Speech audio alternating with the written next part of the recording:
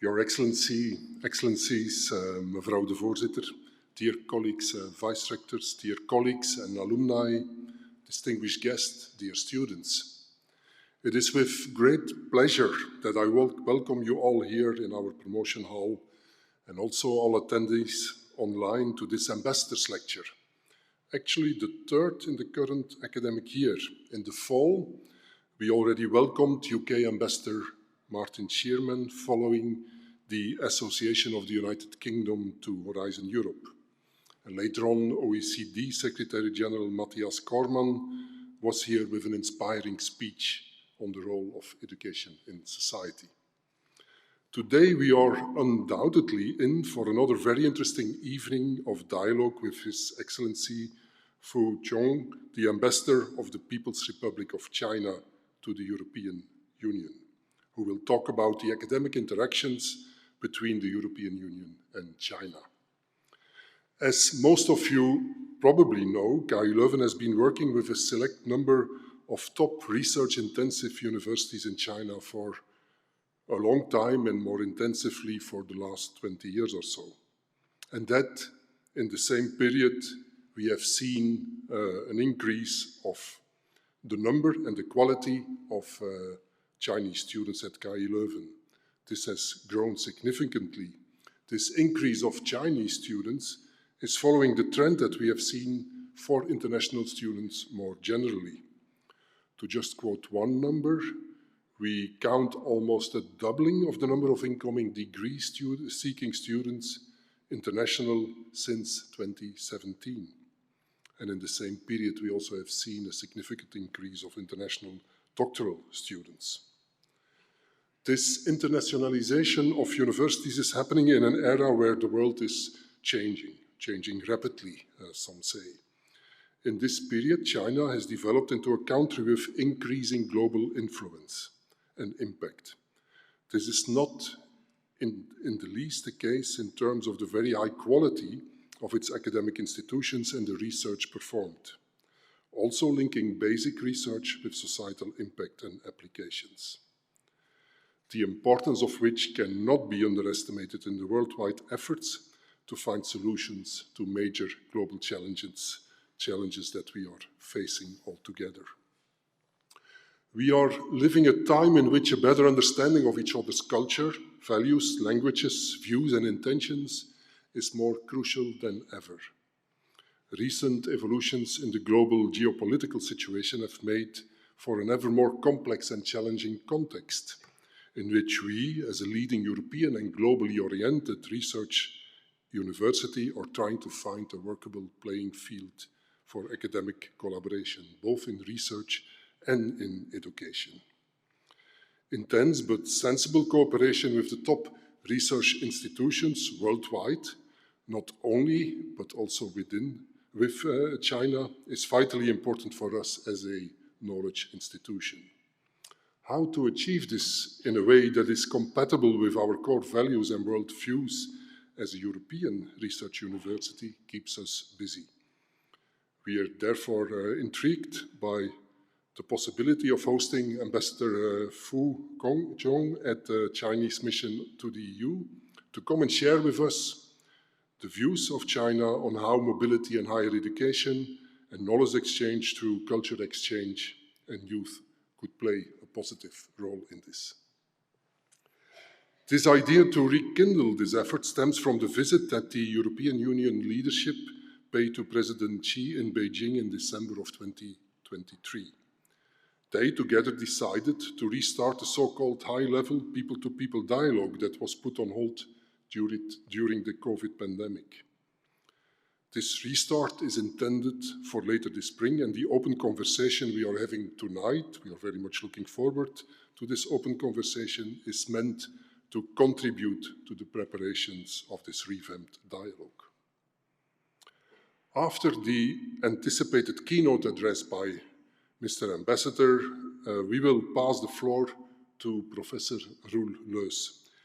He is the chair of the KU Leuven Advisory Committee on the Chinese region, who will moderate a conversation with the members of a panel on a number of related issues.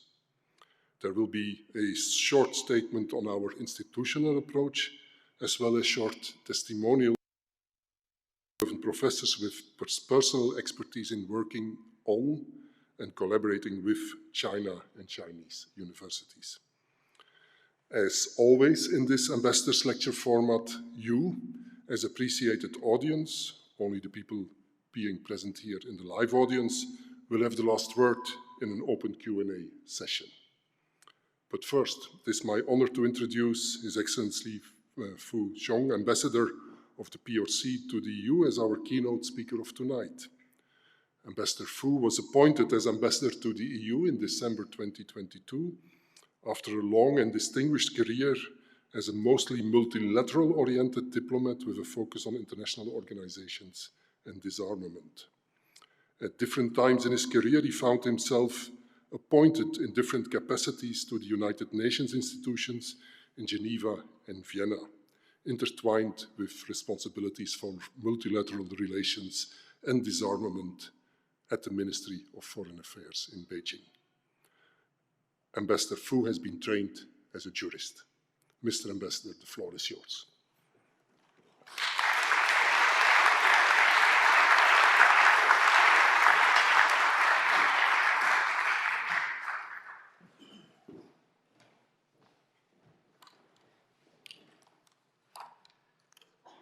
Thank you, Professor Levin, for the kind introduction. Honorable President Tyson, Honorable Rector, Honorable Vice Rector, Professor Levens, distinguished professors, young academics. Thank you for inviting me to KU Leuven. It is always a great pleasure to speak in front of so many young faces.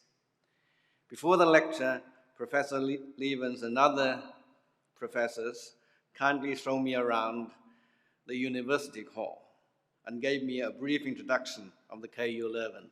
I have to say that I was deeply impressed by the grandiose building and the long history of the university. And it also brought back fond memories of my campus life.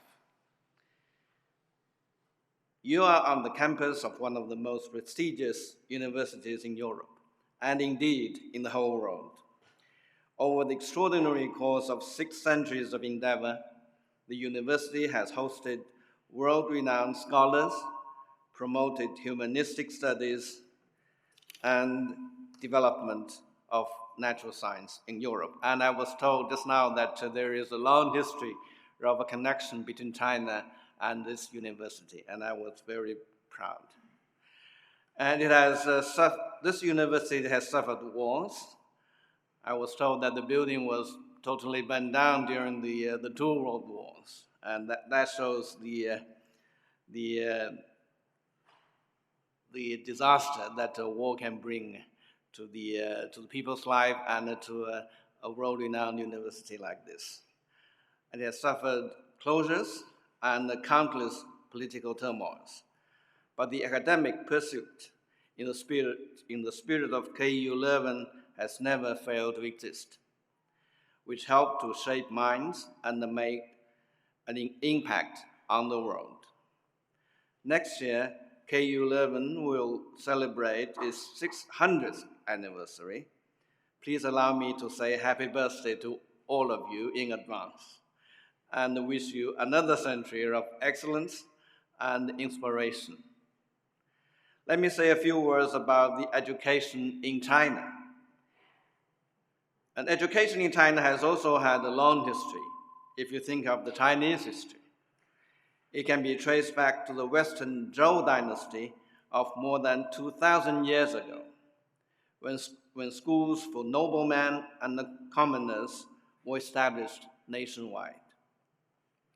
But the first university in modern China was established until almost 5 centuries after KU Leuven was established. Beiyang University was founded in 1895 in East China's Tianjin city, which is my home city. And that university learned from the Western model and is widely regarded as the origin of modern Chinese higher education. Since its establishment, Beiyang University has held on to the belief that devotion to education makes the nation strong. It reflects the spirit of all Chinese universities, i.e., a strong sense of responsibility and a commitment to the nation. Looking back at the history of Chinese and European higher education, we could see universities, both in China and Europe, have always been at the forefront of sustaining civilization, creating knowledge, and serving the society. The spirit of humanism and the belief in peace have remained fresh through the smoke and the dust of history. Professor Levens told me that of the over 63,000 students in KU11, around 14,000 are international students. Many of them are from Asia. That is very good to know, because that makes KU11 truly international, truly inclusive, and multicultural. China has long emphasized the opening up of education. Since the first assignment of students abroad in the 19th century, opening our eyes to the outside world has been a fundamental tenet that has provided a source of motivation in Chinese path to modernization. With the introduction of the reform and opening up over 4 decades ago, China's higher education has accelerated its internationalization process in the midst of economic globalization. Today, China is the world's top source of international students. Around 1 million Chinese students are studying at higher educational institutes abroad. I myself and my colleague, Minister Councillor Ma Tao, who is also with us today, are both beneficiaries of this development. We both had the pleasure of studying abroad in our early years of public service. China has also become the world's second largest destination for international students. At present, the number of international students in China has reached a record high of more than 400,000. They came from 205 countries and regions. What has such massive mobility in higher education brought about? Well, knowledge innovation and knowledge flow are the obvious outcomes. Over the decades, many of the overseas students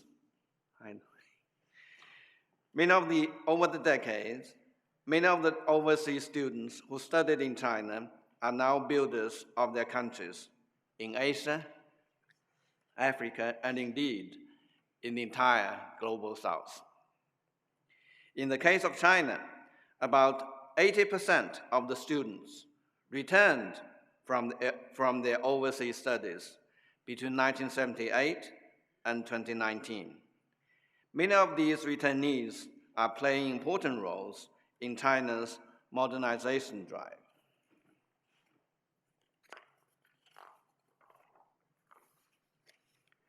Some of the students do choose to stay abroad, which is fine with us, as our policy guarantees their freedom of coming and going.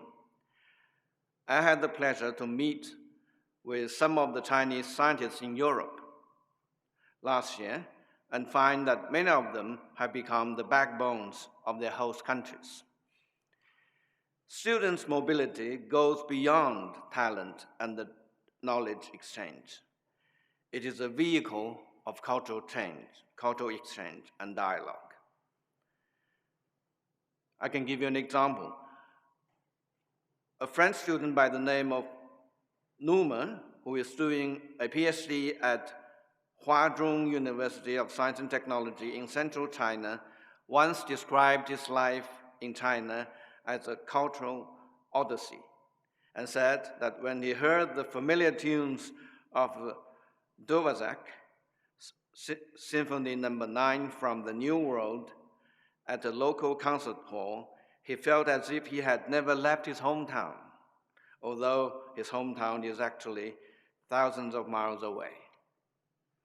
There are many other international students and scholars who have the same or similar experiences. Professor Thomas Kuhlmann from the Department of Architecture of KU Leuven has traveled to China many times. According to one report, his work on architectural history and conservation brought him to many interesting places in the urban and the rural China, where his sketches of Asian buildings help him bridge the language barrier. To many Chinese students and friends, he is more than a professor of architecture. He is a messenger of culture. Looking back, China and Europe had enjoyed a long history of cultural exchanges and mutual learning. If you go to some of the leading museums in Europe, you will find that the 4 great inventions of ancient China contributed to the European Renaissance, and the elegant beauty of Chinese porcelain influenced the evolution of European art styles. On the other hand, the Italian missionary by the name of Matteo Ricci, the French missionary Johann Bouvet, and many others have introduced European knowledge in science and technology to China. One of KU Leuven's most well-known graduates in China was Mr. Ferdinand Verbiest. Last year, China and Belgium jointly commemorated the 400th anniversary of his birth. His studies at KU Leuven had laid a solid foundation for his later life in China as a cultural ambassador. He made significant contribution to the interaction and integration of Chinese and the European civilizations. The exchanges between our two civilizations have not only benefited our two sides, but also contributed to the promotion of global civilization and prosperity as a whole.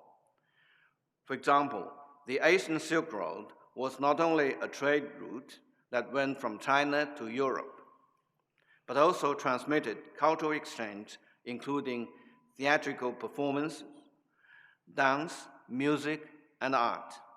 The Silk Road has also played a major role in the dissemination of religions. According to UNESCO, the Silk Road can thus be considered as an important fundament of human civilization. The distinguished German philosopher Leibniz published a book, Writings on China, in 1697. He said in this book, China and Europe represent the 2 peaks of the human culture. If China and the West strengthen cooperation and the cultural exchanges, a perfect and harmonious world can be achieved. In the year 2023, Chinese President Xi Jinping proposed the Global Civilization Initiative, which emphasizes the inheritance and innovation of civilizations on the basis of recognizing, respecting, and promoting the common values of humanity.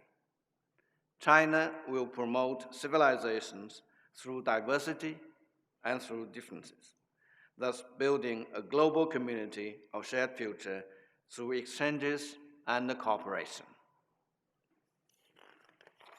In this connection, it is indeed welcoming news that the 6th meeting of China-EU high-level people-to-people dialogue mechanism will be held soon. It will provide a good opportunity to enhance mutual interest and understanding between the two sides.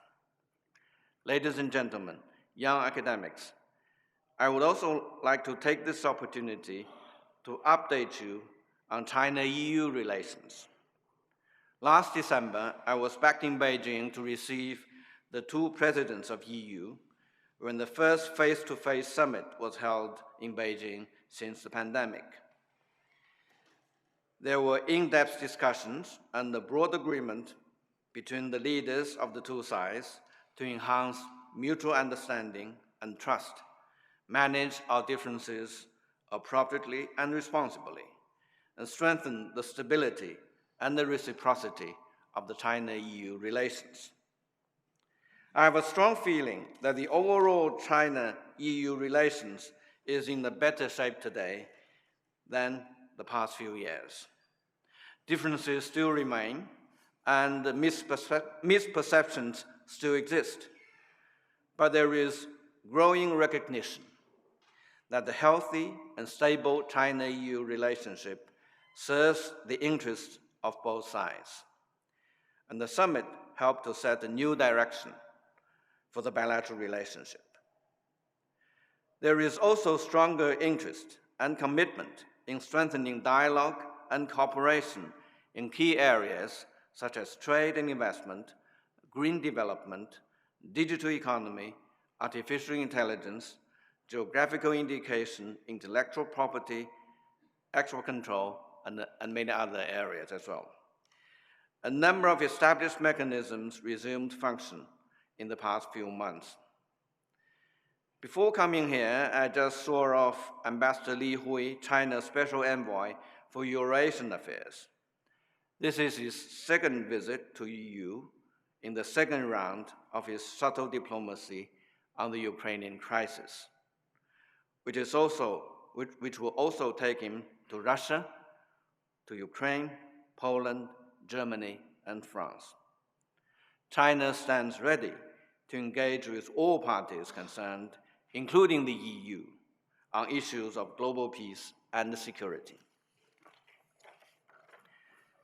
I've always argued that as two major global forces, two major markets, and two major civilizations, there exists no geopolitical conflict or clash of fundamental interest between China and Europe. It is well proven that China and the EU are partners, not rivals.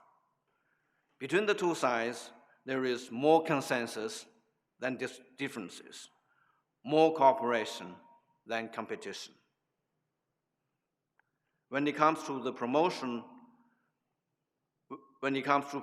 an equal and orderly multipolar world and a universally beneficial and inclusive economic globalization, China and the EU have common interests and shoulder common responsibilities. China looks forward to working with the EU to take real actions to cope with unprecedented risks and challenges. Young academics, youth is the most active and vital force of the society. More than 100 years ago, a famous Chinese scholar wrote that if the youth is strong, China is strong. So you are the future, and what you do today determines how your country will look like in the future. And the attitude of the youth on both sides will determine the future of China-EU relations. In the digital era, social media, online platforms, and the mobile payment have reshaped the life and the work of the younger generation in China. AI and VR, which is virtual reality, have become pioneers in the fields of learning and creating, and recreating as well. China's youth are willing to embrace the world and to pursue broader and deeper integration with others, while showing greater passion, greater inclusiveness, self-confidence, and self-reliance. Last year, I had the pleasure of receiving a few student delegations from renowned universities in China. During my conversations with them, I found that the Chinese young people are eager to learn more about Europe and have a strong favor for European culture. In their eyes, Europeans are characterized by openness, innovation, honesty, and integrity. A survey carried out by TikTok on Chinese young internet users shows that their top 2 interests in Europe are its social culture and economy. I believe progress in the internationalization of Chinese education and China-EU cultural exchanges have equipped youth of China in the new era with a global vision.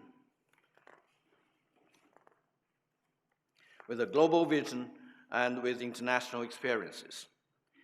Many of the Chinese youth hold high expectations for the future of China-EU relations.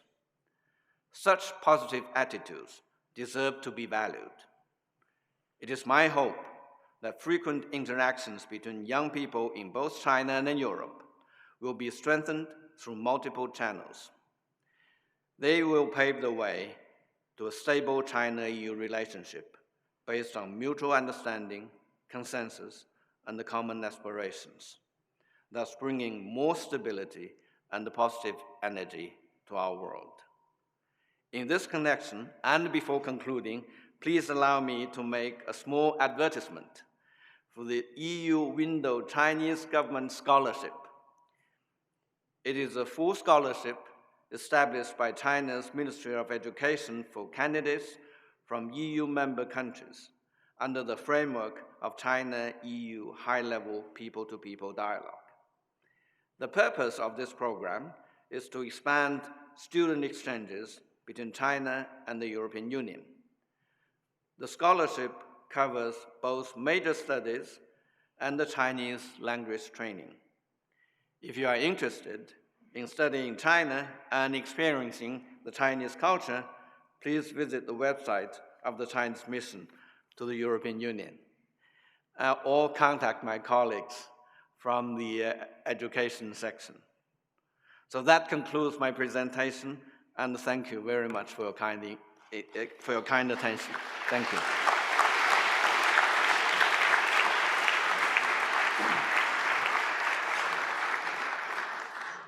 Ambassador Fu, thanks a lot for your inspiring speech.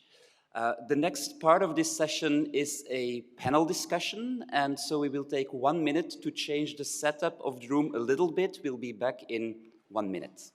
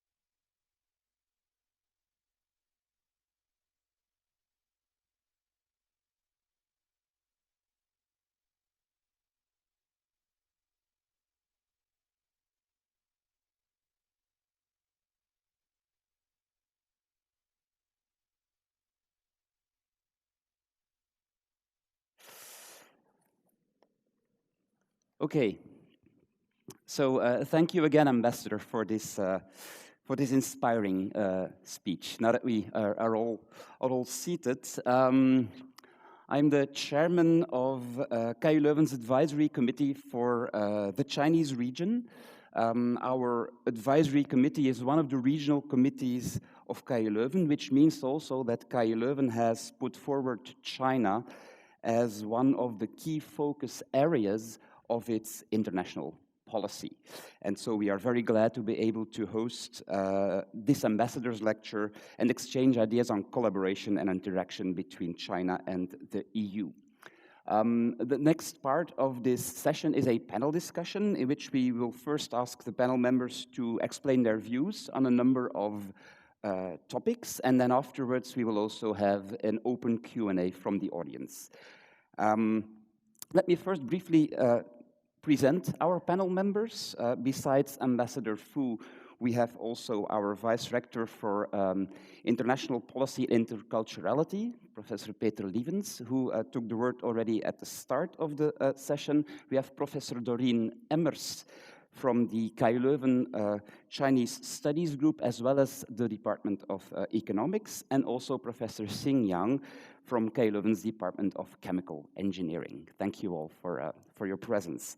In order to kick off the discussion, I would like to give the floor first to our Vice Rector Lievens to give us a brief overview of KU Leuven's institutional policy towards collaboration with China, and perhaps also to reflect already on a number of the topics that were raised by the ambassador.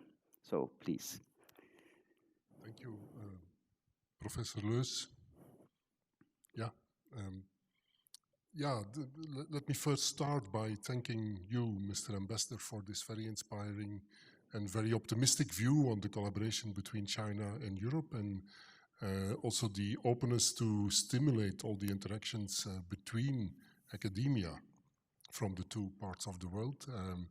I think what resonated a lot in your speech was the emphasis that you put on the importance of the relationship that young academics, students, researchers are building from both sides to collaborate. And this is, I think, something where we, all of us together, have to think about and to work on and to see how this goes. Let me follow up by just citing a couple of aspects of the relationship that we as university have had with China.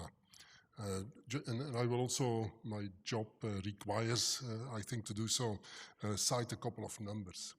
Currently, we have no less than 95 educational agreements between our university and various universities in China. These are agreements of various kinds. Some are faculty-level exchange agreements. A couple of them are also university-wide agreements where we are committed to collaborate and to exchange students. And this includes 9 universities for now. I'm just going to mention them. I will not mention all Chinese universities with whom we collaborate because that would take us too long. But this is Longyang University, Peking University, Shanghai Jiaotong University, the Chinese University of Hong Kong, Tsinghua University, Zhejiang University, and National Sun Yat-sen University in Taiwan. Another number that is quite important is that in the last 5 years, and this includes the era of the pandemic, 430 KU Leuven students went for an exchange visit to China. It used to be larger numbers, but we know what happened in 2020. But on the other hand, the number of international students, as I mentioned before, and also Chinese students, kept on growing also during the pandemic. In the last 5 years, over 3,700 Chinese students studied at KU Leuven. Most of them studied in master programs, a significant number also in bachelor programs, and a large group also taking research training as a PhD students. And the remainder of the group consists of scholars that come for a short visit and are registered as a student, but quite often are joining research groups for a short visit and working with their partners here at our departments and faculties. And this also translates in all these interactions in research collaboration. We actually do not have a really large number of financed joint research projects, but if you look into the number of joint publications where there is an author of KU Leuven with at least one author of a Chinese university, then this is about 1,000 papers per year. And with that number, China ranks as number 9, including all nationalities, which is quite significant, knowing that lots of research, of course, is happening in collaboration with European partners. And this interaction between researchers, of course, is happening because of bottom-up initiatives of many of our professors and researchers who meet Chinese scholars at international meetings or just in literature and set up bilateral collaborations as they are used doing so with, of course, many colleagues across the world. Apart from that, we also have very strong links with China through the large number of graduates that we now have in China. So numbers are not completely exact, but about 4,500 Chinese nationals graduated at our university, and they, together with many Belgian and other nationalities living in China, are constituting a large group of people that organize themselves in 2 alumni chapters now. We have one in Shanghai already since many years, and a couple of years ago we went to Beijing to open there a second alumni chapter, so also that community is very well represented there. Now, maybe a couple of aspects about how we see collaborations with international partners, and actually this is not really China specific. We have a policy of being very open to collaborating with partners from everywhere, but we do that in a policy where we really adhere to values that we stand for as a university. You mentioned a few of them in your speech, Mr. Ambassador. We certainly value aspects like academic freedom, freedom of speech, human rights, and other aspects, which is strongly rooted in the mission that we have developed over the years as a university, with 6 years of, or almost 6 years of history. So we built these international partnerships on mutual exchange and understanding of vision, mission, and strategy, and this requires openness on intentions and reasons for entering into this partnership, and that both in the short term and in the long term. So we aspire to, as KU Leuven, to establish balanced partnerships in which reciprocity is the main guiding principle in terms of academic activities, funding, and investment, as well as mobility flows. And we will come to that later. This is becoming a little bit of a challenge nowadays. As a research-intensive European university with global reach, KU Leuven also operates with respect for human rights and adheres to the relevant international agreements and treaties. Academic freedom, freedom of opinion, and expression of this opinion are at the core of our value system as an academic institution, and partners of KU Leuven are expected to share this concern and respect for these and other inalienable human rights in order to assess partnerships. And for that, we also have developed a policy of human rights, due diligence checks, and that has been implemented, like in many universities in Flanders over the last years. Of course, we are very committed to joint partnerships internationally, because we feel and we are convinced actually that many of the global challenges can only be solved if we do this in strong collaborations with partners worldwide, and that includes the United Nations Sustainable Development Goals and all the work that is needed to come to an equitable work in terms of governance and within the framework of international partnerships. Now, more specifically to China, we are, as you have mentioned, struggling sometimes with what we want to do and can do as a university. We certainly see lots of added value, and we've seen that over the years. To collaborate with Chinese university, we have been collaborating very productively for many years with universities, but also with companies and central and local governments. And we want to do that also in the future. This collaboration is good for the scientific research that we are developing and also for the academic life in China, but also at KU Leuven. So there is really a mutual gain that we can have there. Now,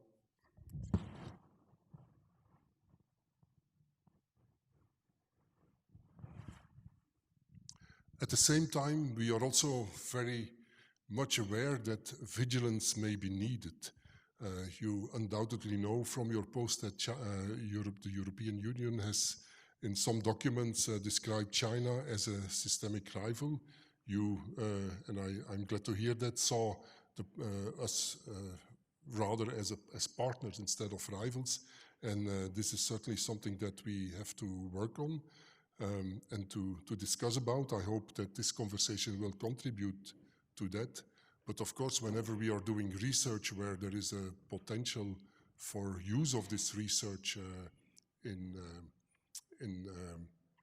military applications, we are cautious in sharing this type of knowledge, and we do actually share this vigilance also when we are collaborating with other universities.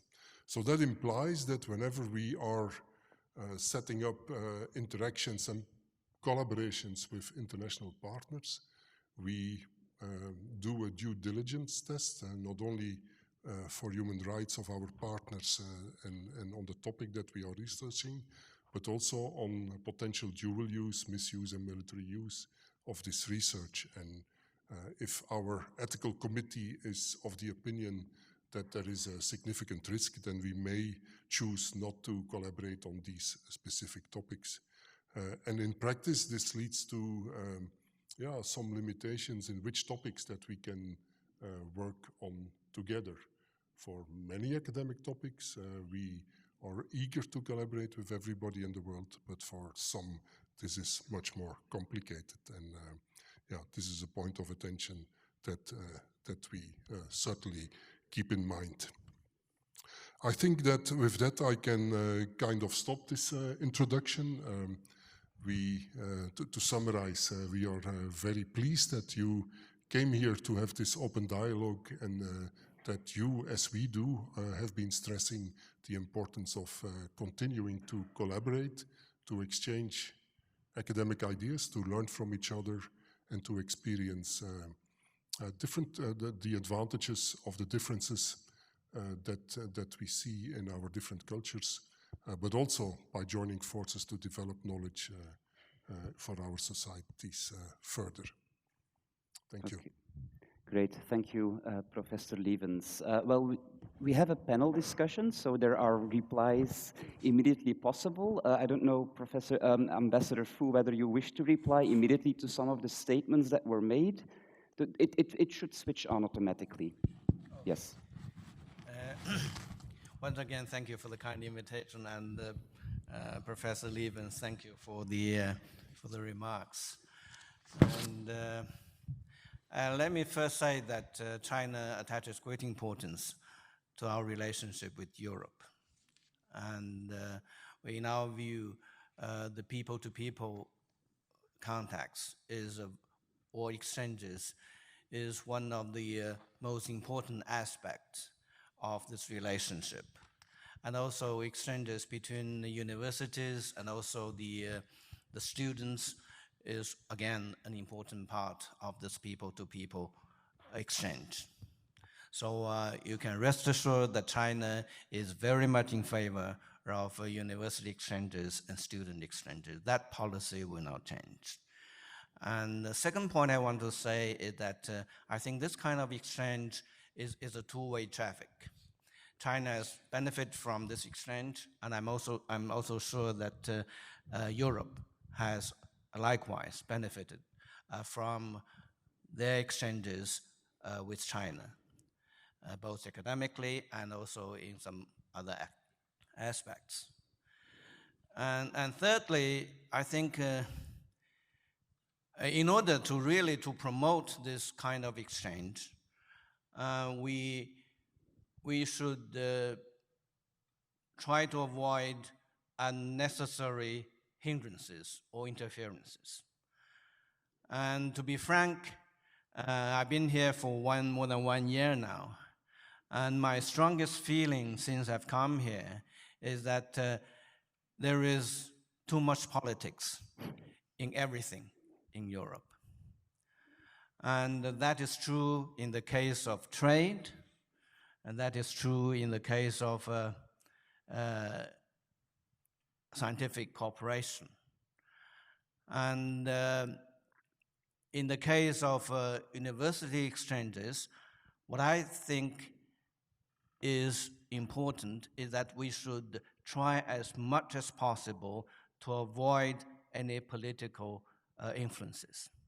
And Professor, just now you mentioned this triplet that Europe has characterized this relationship between China and Europe.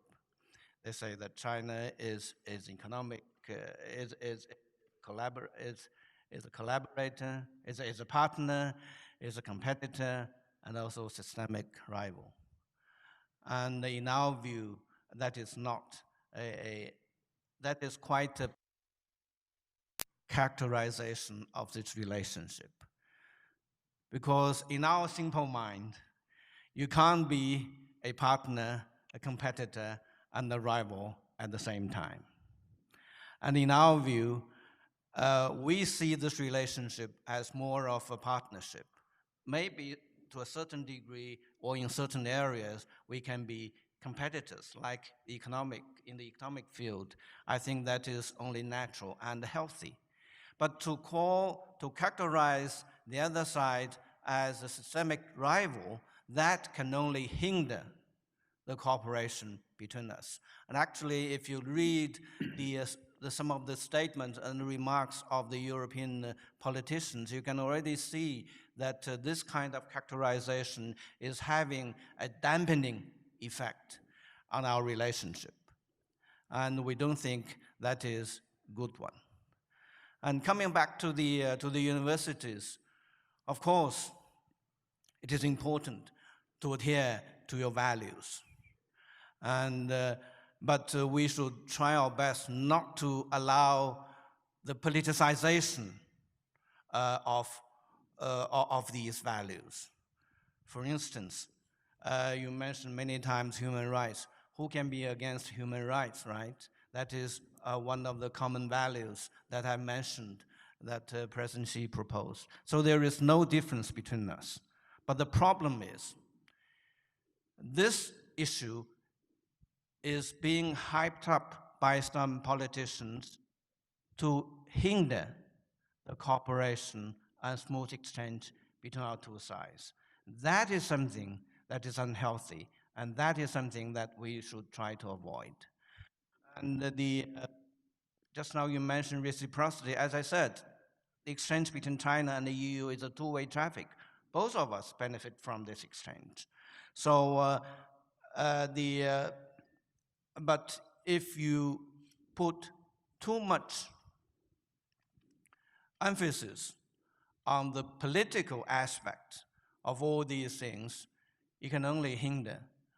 And we all know before the pandemic, actually, China and EU, this relationship was very good. And exchanges between China and Chinese universities, academic institutions, and the European institutions were quite intense.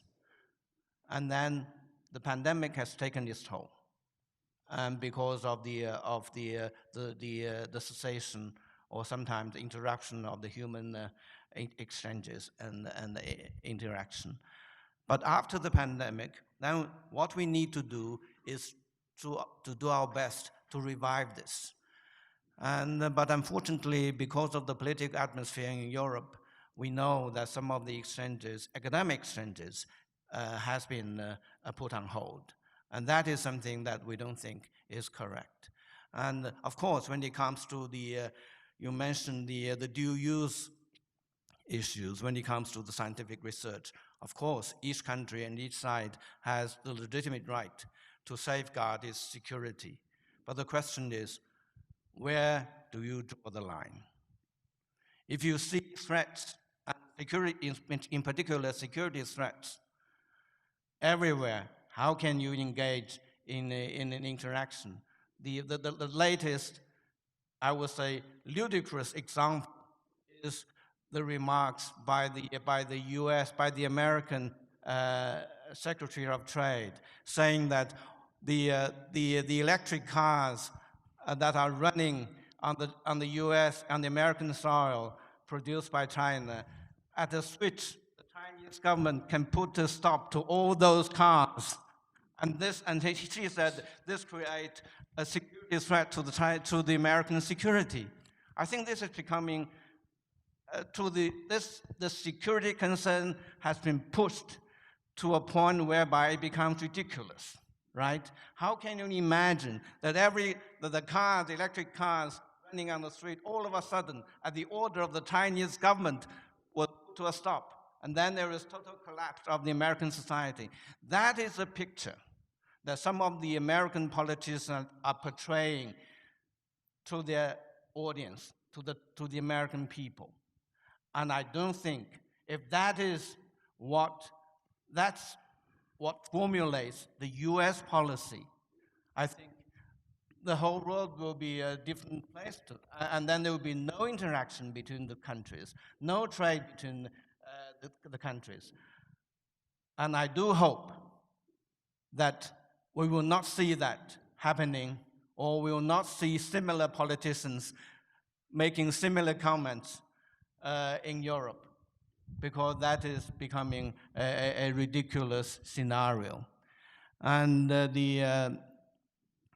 Perhaps we should stop talking about politics so much to say then. on this issue, and but then Sorry to interrupt you, Ambassador, but I think indeed perhaps it's a good idea to evade the subject of the politics a little bit and go back to the high-level people-to-people dialogue, which was launched in 2012, and where indeed the goal is to stimulate dialogue, to bring together decision makers and practitioners, to exchange ideas on education and culture and youth, as you also mentioned in your opening speech. And for this topic, which is indeed, let's say, an easy common ground, I would think, I would like to invite also Professor Emmers to give a few comments, to share her ideas on the importance of a Chinese studies program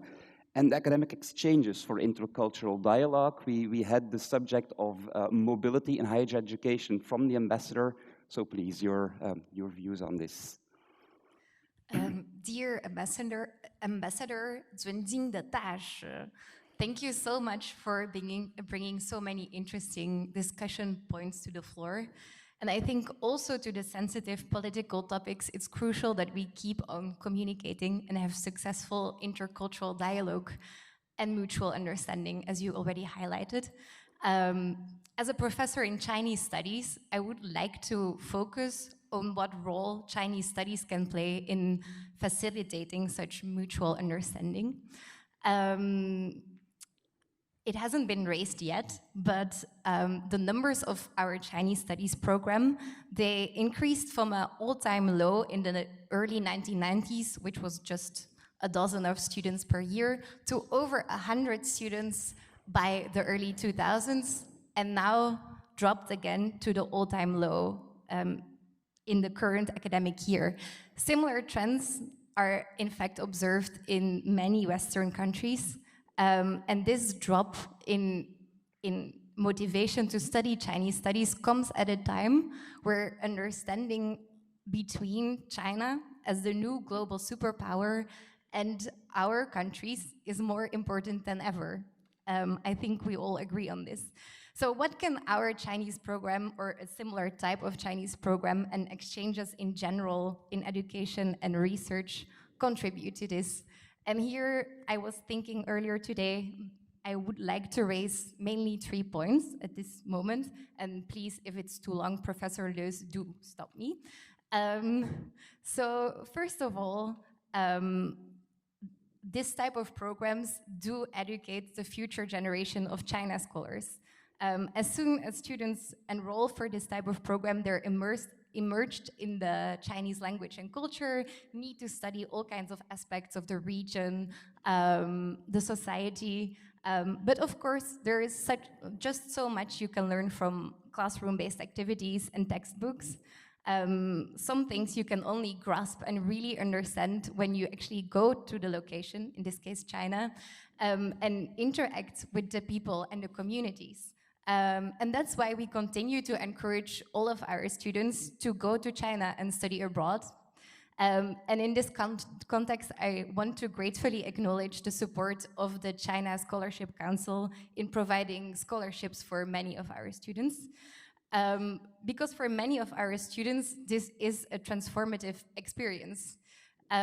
Just by being in China, they learn so much. For example, for myself, you already gave some examples of other people during your speech, but also me, I was a student in the China Studies program at this university. I received a CSC scholarship and was then allowed to go study at the Southwestern University of Finance and Economics, 西南财经大学. And during that year, I participated in service learning, 服务学习. And I chose to teach English at a rural boarding school in Ya'an-Qu in Sichuan province. For me, this was an eye-opening experience to see the difference in educational opportunities between students in Ya'an and compare them to urban Chengdu. And that's actually what determined my further study and career trajectory. And until today, I actually study education and economic development in rural China. And I could actually continue telling you stories about colleagues and students. Many of them are actually present here today. But I promise to limit my talk to 5 minutes, but please do not hesitate to ask us afterwards. Instead, I will shift to a second point that I would like to raise. Our Chinese Studies program also contributes to people-to-people exchanges by welcoming many Chinese PhD students. Most of our PhD students, or a large group of them, are actually Chinese nationals. And they are able to come to KU Leuven to collaborate with faculty at our university who are experts in their respective fields, for example, in Chinese history, Chinese philosophy, economics, and that's something that holds true also for other departments. That's not specific for actually the Chinese Studies department. Many of these PhD students also benefit from CSC scholarships.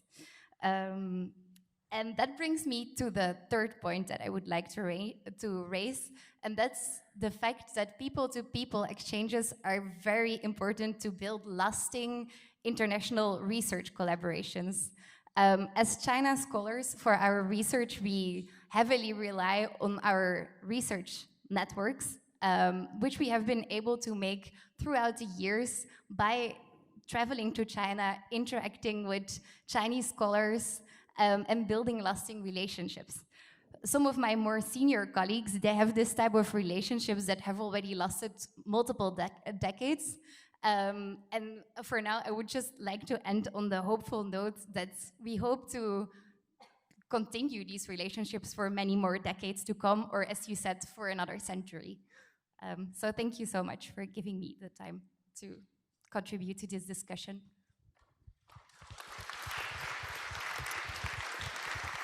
Thank you, Professor Emmers. Yes, Ambassador, a reply?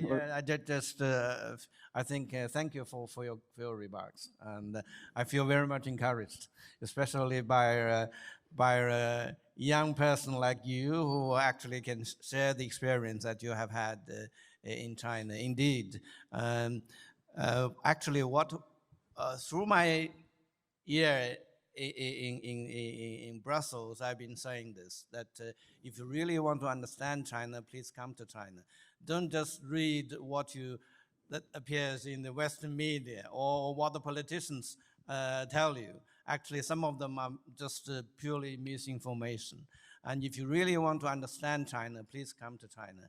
And that's why actually, also I want to take this opportunity to say that in order to facilitate more foreigners coming to China, we have exempted the visa requirement for the citizens of several European countries. So coming to China is becoming much more easier now. And so we welcome more Europeans to come to China and to understand China. And once again, we hope that more students can apply for the scholarship that China is offering. And if you really stay in China for 1 year or even longer, you will have a more thorough understanding of the country. It is a diverse country. You have the high-rising buildings in Shanghai, but you also have the poor rural areas in Sichuan province, for instance. And so there is so much facets to China. So you need to come and have a look. Thank you. Yes. With that said, we do observe, and it was mentioned by our vice rector also already, that we have an ever-increasing number of incoming Chinese students, exchange students, diploma students at the bachelor level, the master level, incoming researchers, while at the same time, the number of young European people that are interested in learning more about Chinese culture, language, history, is decreasing. It's at an all-time low.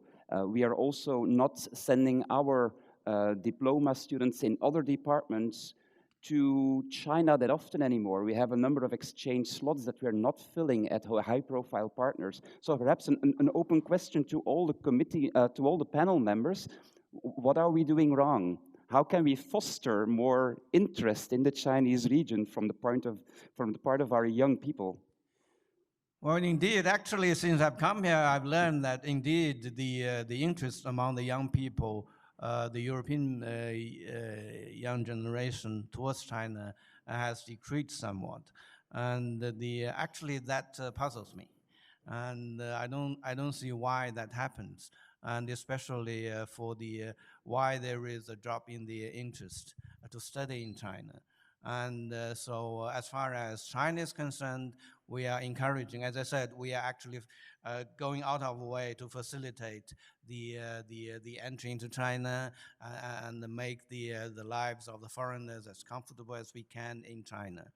And then people need to think, now that China has sent so much, why there is still a lack of interest, right? As I said, don't just read what you read in the Western media. Some of the things are not true. And you need to come and have a look at the real China and experience China. So I think what needs to be done is more promotion. On our side, I have to admit that, as I said, the last 3 years of pandemic has taken its toll, that China was closed down to a certain extent, and not many foreigners came. But now China has opened up again. And we do hope that more young people can come to visit China, either for a long-term study or for short visits. Mm-hmm. And I'm quite confident that this drop will be reversed. Actually, yeah. My colleague told me only yesterday that the applicants for the scholarship I've mentioned have increased dramatically compared to last year. So I'm quite confident that the interest in China will be rekindled. I'm quite sure about that, because I can't imagine anyone who is not interested in China, frankly speaking. But perhaps it's an opportunity to, or Professor Lievens first, yes. Yeah, just a short comment, Mr. Ambassador.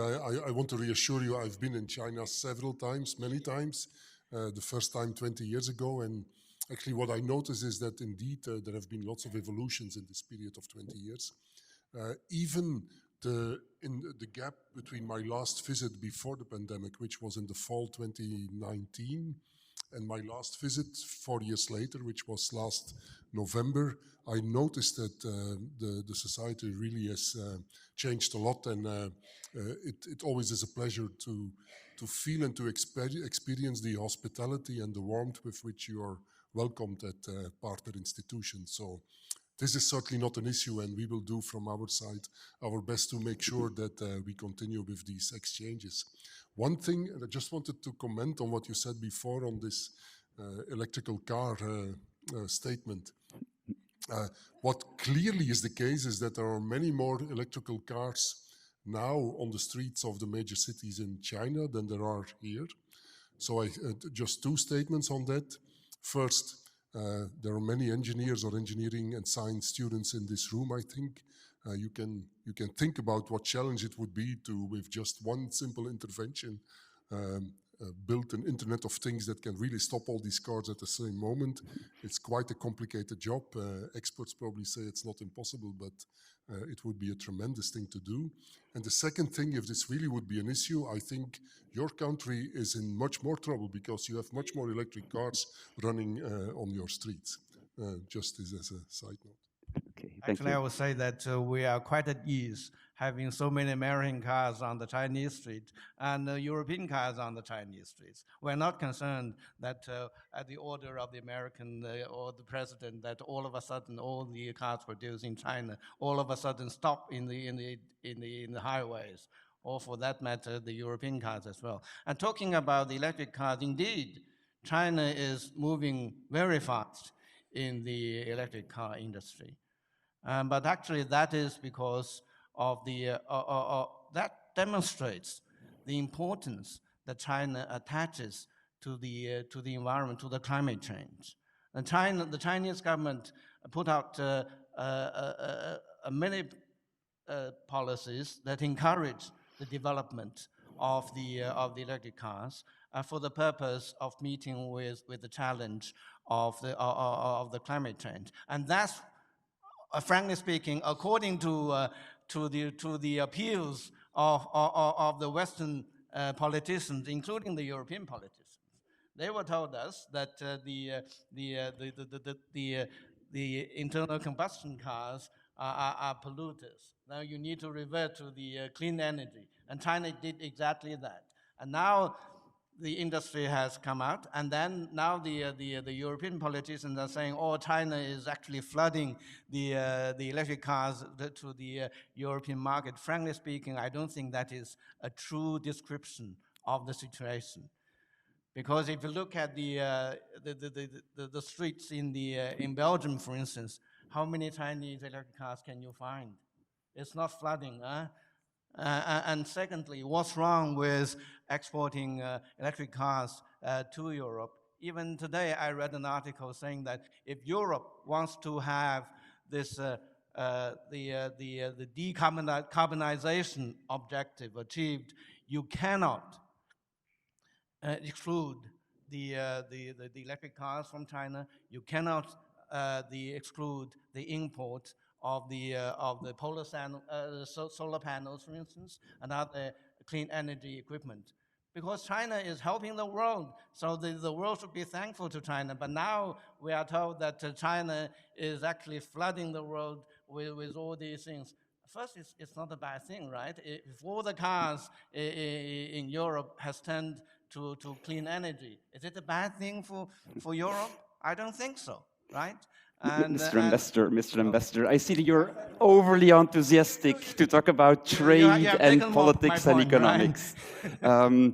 Let's stick to the academic exchanges, perhaps because perhaps the most important member in the panel in terms of a balanced view on things could be Professor Yang, having an Asian background, but also having spent multiple years already at KU Leuven. So perhaps your views, Professor Yang, both on some of the topics that were mentioned already, as well as on collaboration with Chinese partners in general, please. Okay, thank you very much. I'm happy to put a stop to the discussion on the cars. So thank you very much, and then welcome Ambassador and also the Commission team colleagues. So I'm very honored to speak here, and thank you our International Office for organizing this. So I'm a Chinese by origin, right? So that's balance all of it. So I also myself has understand the culture. And basically, for my collaboration, this also conversation also put me in a reflection mode, so to see how actually I work with my colleagues in China in the past 10 years, let's say. So I work in chemical engineering. So it's basically engineering field. So what we do is we design separation materials to purify things, right? So that works in environmental issues, air, water pollution, and we also work on resource recovery and energy-related applications, biopharmaceutical applications, a wide range of applications, where China actually has very strong standing, right? So you can see this area of technology. So apparently there's a lot of opportunities for collaboration. So as a rather junior professor that still has a very long academic career. So I've been, of course, studying in Singapore, and I moved around in Australia, and then now I'm in Europe.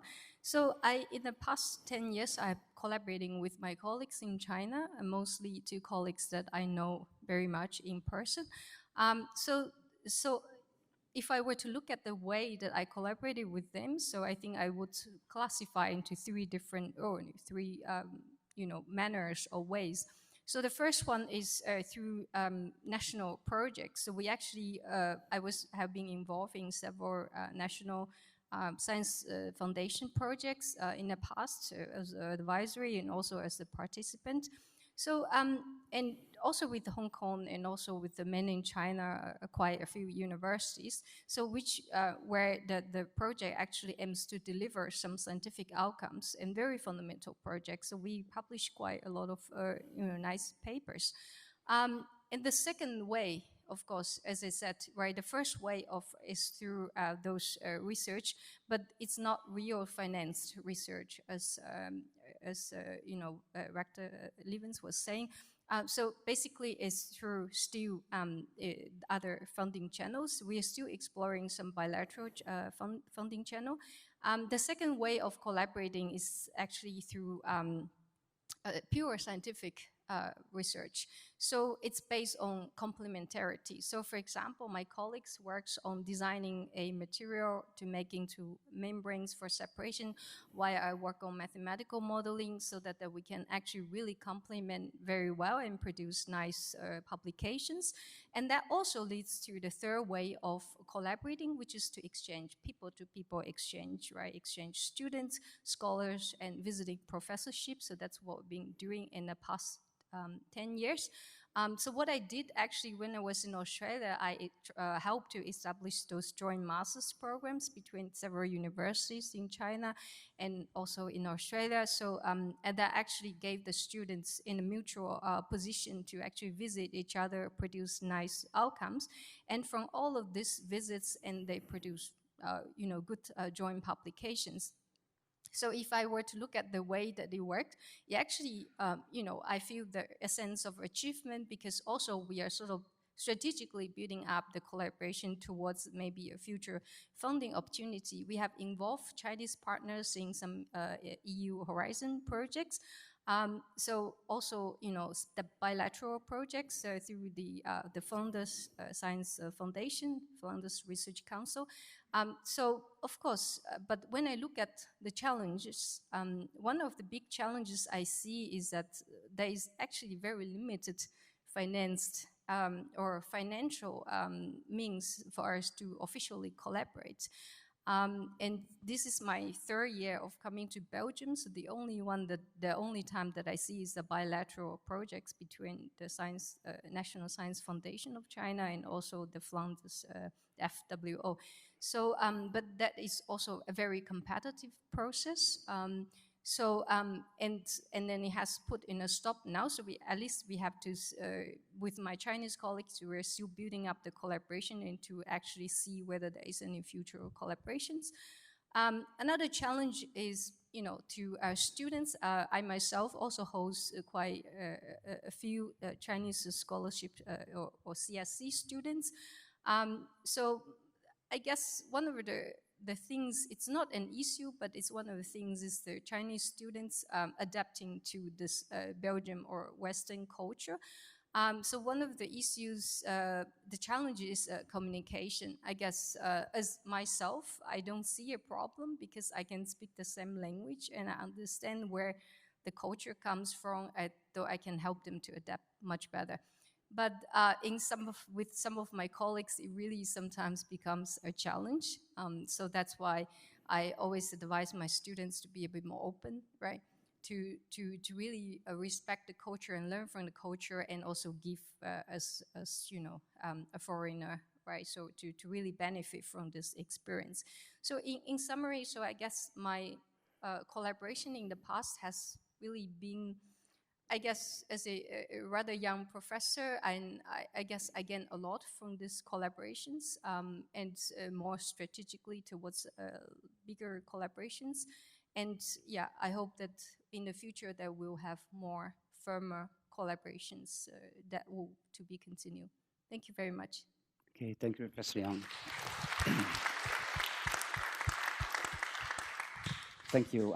I don't know whether any of the panel members wants to reply. Yes, I just want to make a quick response to that. I think it is important that the two sides need to strengthen or enhance our collaboration, and especially in science and technology.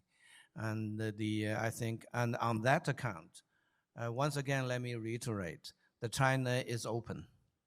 China is actually, just to share information with you, that actually China, in our mission, we have people who are actually, whose job is to promote scientific cooperation between China and EU.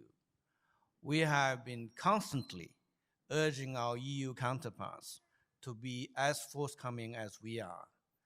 But frankly speaking, because of some political considerations, that has been, there is much more that needs to be done, just put it mildly.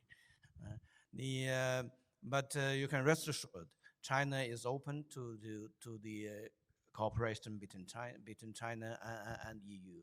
And we urge the European politicians to take the similar approach. And we also hope that universities like the KU Leuven, that as academics, and we, in our view, we should talk less about politics and more about academics, right? And we should, university for us for me, is a sacred place, right? We should not allow all these political considerations to permeate this sacred place. We used to call it ivory tower, right? Then sometimes you need to remain in the ivory tower, and you should shut yourself off from all those political noises, because politicians come and go, but universities like Leuven, it has this history of 600 years. How many turmoils and how many political movement or campaigns you have experienced. So why do you need to allow your work, which is to generate and to disseminate the knowledge and to have scientific discoveries? Just now we talk about the Big Bang theory, right? I don't know whether the author of that theory knew much about the politics. I know he has a very good connection with the Chinese culture, but I don't know whether how much politics was among his consideration when he found that a great theory. I think professors and academics need to have a pure mind in my view, that you should be, they should be clear of all those political interferences. That's a simple answer, as far as possible. And if you allow your academic research to be influenced too much by the politicians or political interferences, I don't think that is in accordance with the spirit of science and technology, or the scientific advancement. Thank you, Ambassador. I think perhaps there will be some questions from the audience also on this aspect in particular afterwards, but perhaps Vice Rector Lievens also wants to reply to this statement. Yeah, I think it's important to also give a university perspective on what you have just been saying. I think we should be very clear about what we mean when we are using words like political interference and influence. We as KU Leuven are really valuing very much that whatever research that we are doing is done in complete academic freedom. So in what we do and how we do it and with who we do it, we are absolutely on our own. So we decide as scientists what we want to research, with whom we want to do it, and what we want to do with that. But this also implies that there is a choice in partners with whom we do certain things, and with partners where we or with certain topics where we don't want to collaborate and we want to keep the knowledge within our walls. And to stay away from political issues, we should not talk about politics all the time. It's about academic collaboration. I'm going to give you one of the examples which is extremely important for this university, and that is our technology transfer policy. So when we are researching on topics that potentially can lead to valorization, to economic impact, then we are eager to collaborate within our walls or with some partners with whom we have very strict IP contracts signed. So this is another aspect where we have a due diligence policy where we want to protect what we are doing with then essentially economic compensation of what we have been doing. So within the context of what we are doing, we are very open when we work pure for the development of knowledge in basic research in many fields of humanities, but also in things like cosmology, where Georges Lemaitre was a pioneer and where we still are working. Think about gravitational waves, about space research and so on. Many fields in basic science, we can collaborate with everybody around the world, with maybe a very few exceptions. But then we also want to publish all these research results in open journals. And if this is not the case, when IP, intellectual property, is involved, I think also in chemical engineering you're a bit more careful because you want to get something out of that for yourself and for the university. Okay, thank you. Some cases. Thank you. So the final part of this session, as is common in an ambassador's lecture, is an open Q&A to the audience. So we're going to look around. We can only accommodate questions from the physical audience present here in Promotiezaal, unfortunately not from the online participants. So I see a first hand here. We have two people that can move around. There is already one question. Yes, please. Yes, Mr. Ambassador, first of all, thank you for your talk. I also want to, via your person, thank the Chinese government for all the scholarships that go in both directions. I think China supports both the Chinese students coming here and the KU Leuven students going to China. So you're really responsible for the bridges between our two countries. I have a question about your talk. You mentioned the world civilizations. So you were talking about Wenming. I wonder how this relates to the nation of state, 国家. So specifically, how does the Chinese civilization relate to the Chinese state?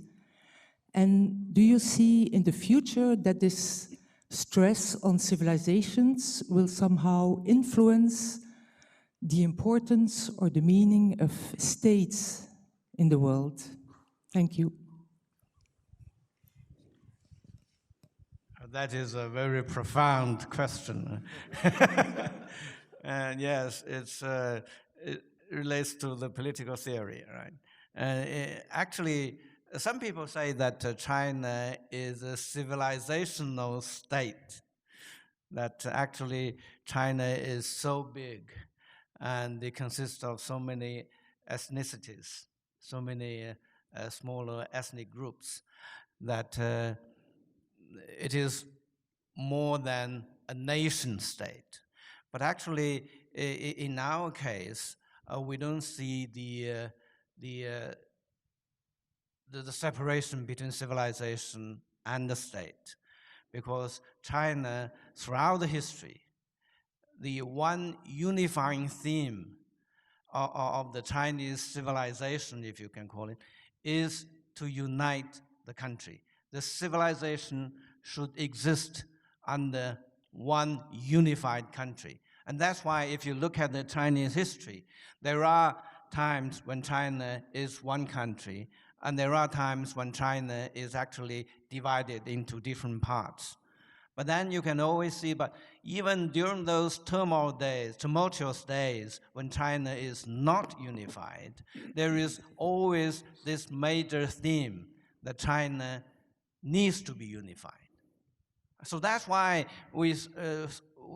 in our case, a unification of the country or of the state has never been in doubt or in question. So it's unlike in Europe, right? Each nation wants to have its own country. As a result, you have a large number of countries, large number of small countries. And but in China, that has never been that question or that problem.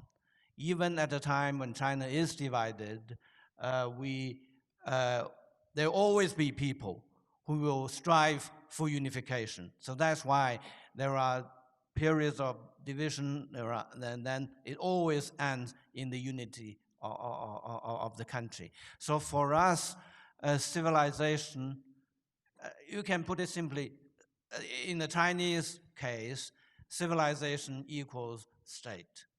We have never made the distinction that a civilization should be different from state, especially in the context in the Chinese culture. So this is a quick response to a very profound question. Thank you. Thank you, Ambassador. Good. We have time for some more questions, please, hearing from Yes, hi. 下午好，傅松大使。下午好，杨老师。Huir Awang, Professor. Good evening for everyone. And actually, KU Leuven has the cultural exchange from Qing Dynasty. I know a guy named Nan Huairen and teach the Emperor Kangxi how to wear the glass. Yeah, I think KU Leuven not scared for the policy, and we are still open. And KU Leuven also influenced China in many areas. I think I'm the PhD student in my master stage. I learned in 中国矿业大学 China University of Mining Technology. A very important guy for our university named Weng Wenhao is also get the PhD degree in KU Leuven. So my question is how to keep the exchange, the culture, the idea from China and KU Leuven. And another question is how to help the Chinese student and the Flemish students know each other very frequently, because for me, I'm a little bit learn Dutch is a little bit difficult to me. So for 1 year in Beijing Netherlands comes back. So it's how can we do to more frequently know each other, Flemish and Chinese students? The question to the KU Leuven. Thank you. A very important question indeed. And Yes. I think this is a question for the Leuven panel members. Yes. Yeah, very, very good point and question. I will immediately ask our young academics how they see the future developing. I can just comment on what we are doing now. So there are two aspects. One is to unify the group of former KU Leuven students who are currently in China through the alumni chapter. So there we build bridges between Chinese nationals who return back home and Europeans or Flemish students who for a while, for sometimes a long career, are living in China. So this is where these groups meet. Here in Leuven, actually, we have this advisory committee on the Chinese region who is there to also stimulate initiatives where the connections between the Chinese population at our university and the rest, I would say, Flemish and international students is to be stimulated. this working? No. Yeah? Okay. So yeah, interesting to mention Nan Huairen. Maybe for some people who don't know this name, it was also mentioned by the ambassador. It's Ferdinand van Biest, who was a Jesuit priest who traveled from Belgium or this region to China centuries ago. And it's interesting to mention it because in that time, there was a genuine interest from Europe in China. And this genuine interest is not always here anymore. So it's interesting to mention this. So maybe to continue the exchanges, there needs to be some genuine interest on both sides. That's the first thing. How to interact more with Belgian students. It can be a challenge, but very practical suggestions are Pangaea is a good place to be for international students, and also our students, Belgian students, are always looking for language partners. So if you want to interact with Belgians studying Chinese, that could be an option as well. But yeah, continue trying to make local friends. It will get you involved in the local culture. I know the challenge as well to make Chinese friends in China. Sounds familiar. Okay, thank you. To promote this exchange, I also see the challenge. For Chinese students to come to Leuven, I think that is quite an obvious. Leuven is quite a popular destination. But if you look at the other way around, indeed, I was, when I first came here, in fact, was during the pandemic. So I was inquired by a few of our master's students. They were very interested in going to China, but then the pandemic actually happened. And of course, because I knew China, I know China very well, so that they get to have a bit more information. So the pandemic, from my experience, I've only been here for 3 years, so that's my experience. But I guess after the pandemic, that we have really to really let them know that is an option, right? The CSC supports that, and also to really, introduce a bit more, how the culture of China, and I think people are mesmerized about how the evolutionalized China is. At the moment, but they haven't got the opportunity to get there. And the second question about how to interact more with the Belgian students, it's a very good question. Often I have to encourage my Chinese students to do so because I feel that in this bubble, I call them in this cultural bubble. So in a way, they're not really, they're very hesitant to go out. I guess it needs someone like you and like, some students really would like to really break this bubble and really understand each other. As Doreen actually mentioned, there are some partner or budding activities, if you pay attention, that is organized by the Leuven Council and also by the university. So I guess for Chinese students, really opening up, if you are keen, I know that all of my Chinese students work very hard in the labs, which I also encourage them to do, but I also encourage them to go out a bit, to know the culture. Europe is also one of the origins of the culture. So really go out and understand and meet the local students. So not just focus too much on the research work, I guess. Yep, yeah. Thank you. Keep the tradition from China and knowledge each other will hear from Europe and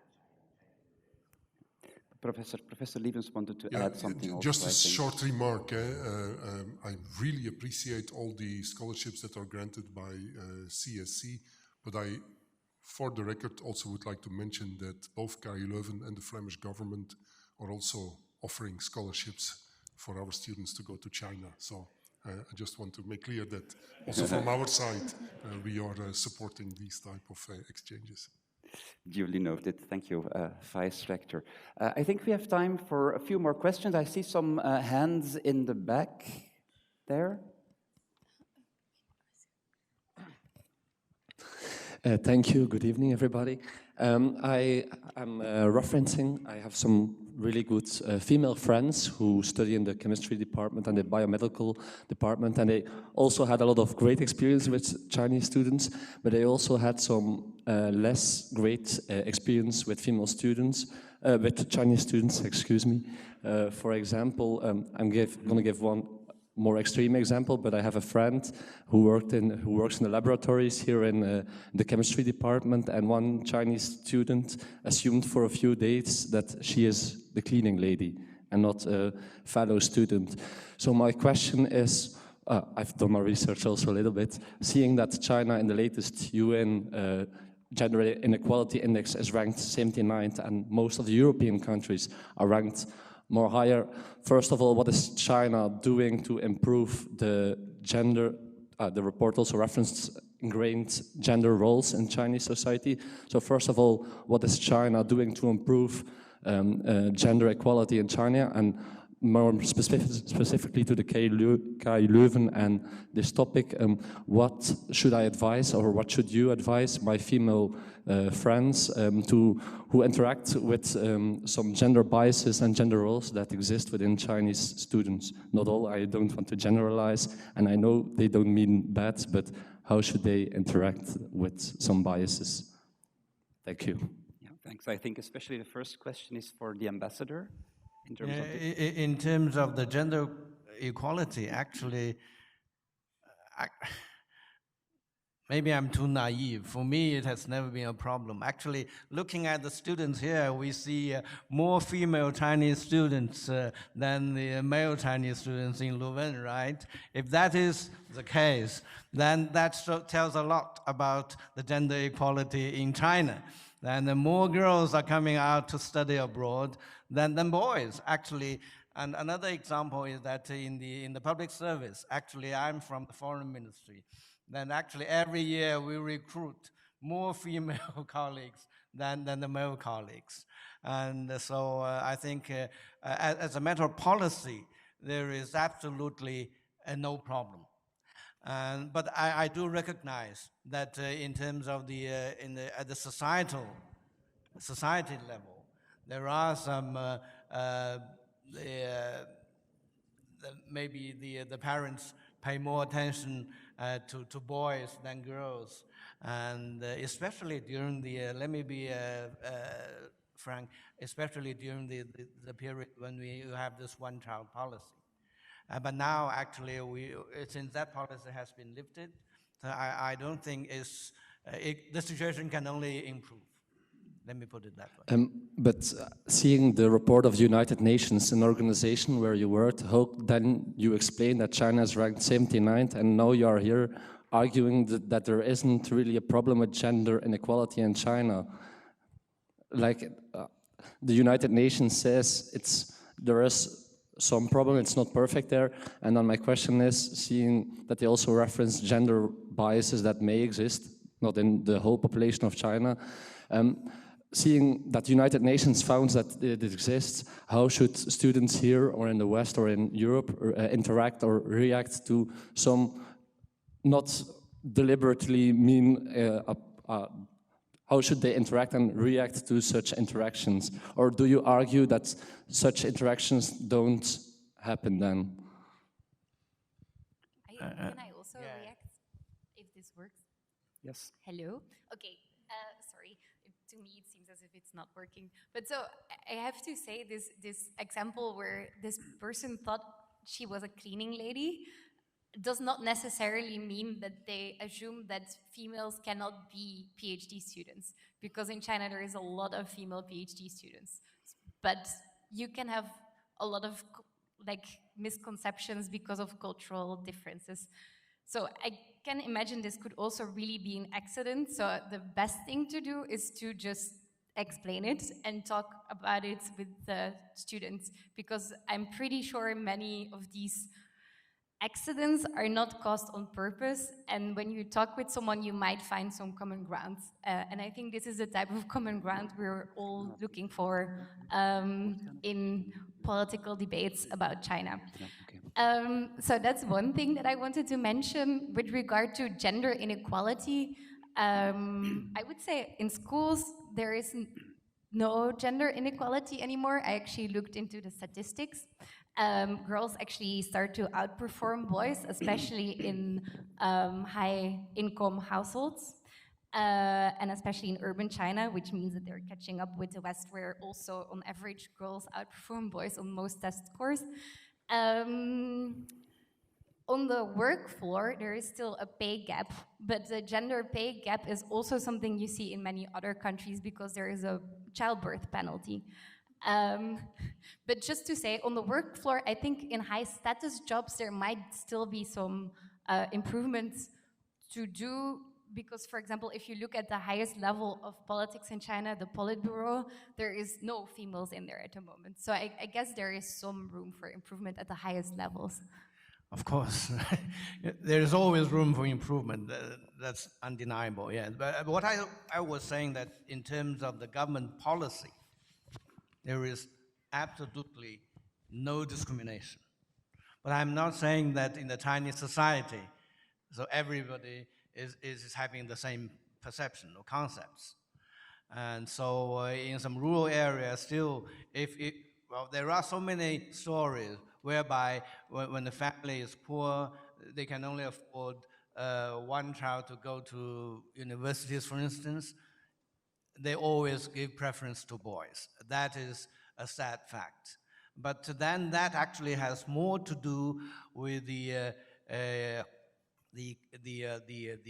economic level of that part of that country. I'm sure that now we have this poverty eradication. That's why actually China is putting so much emphasis on poverty eradication, by the way. And then if you raise economic level of the families, I don't think the parents will need to sacrifice one child for another, right? Either is a girl or a boy. And actually, but when it comes to the work market, frankly speaking, I don't see any discrimination against girls.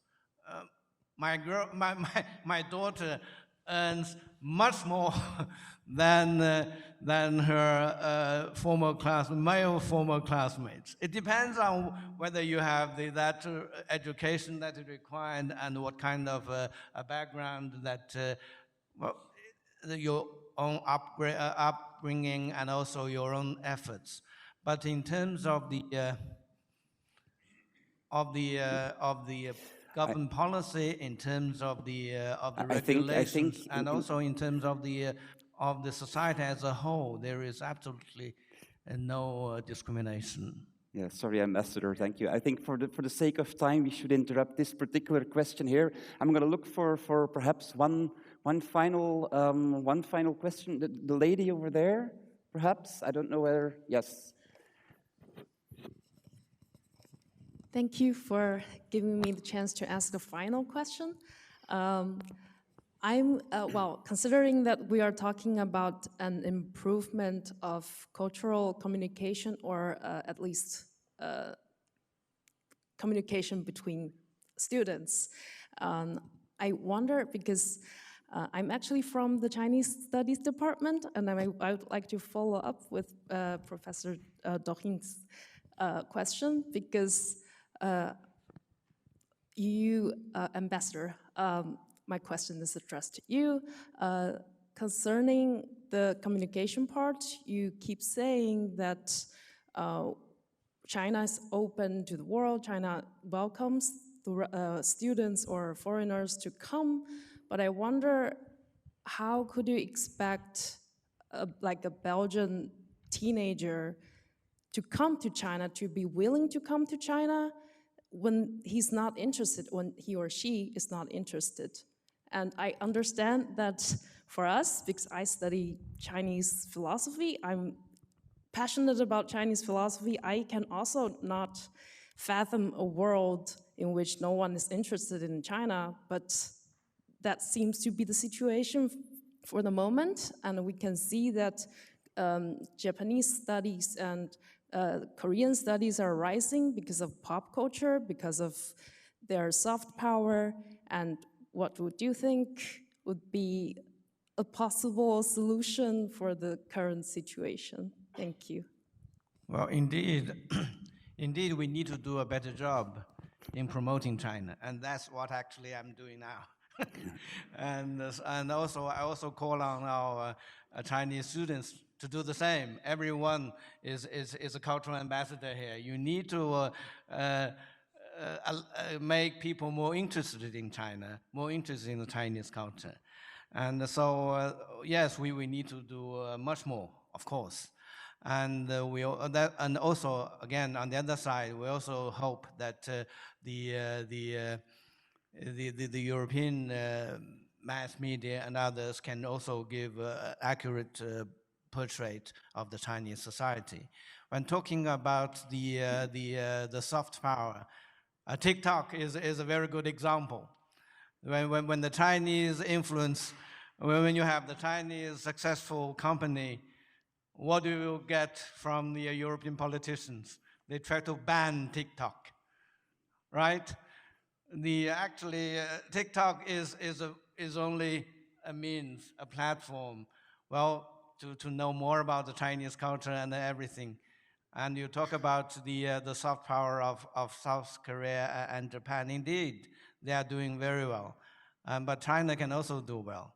But we need to overcome a lot of more obstacles than these two countries, I have to say. Okay, thank you. Thank you, Ambassador. I don't know whether on this final note, whether any of the other panel members want to chime in one last time or not.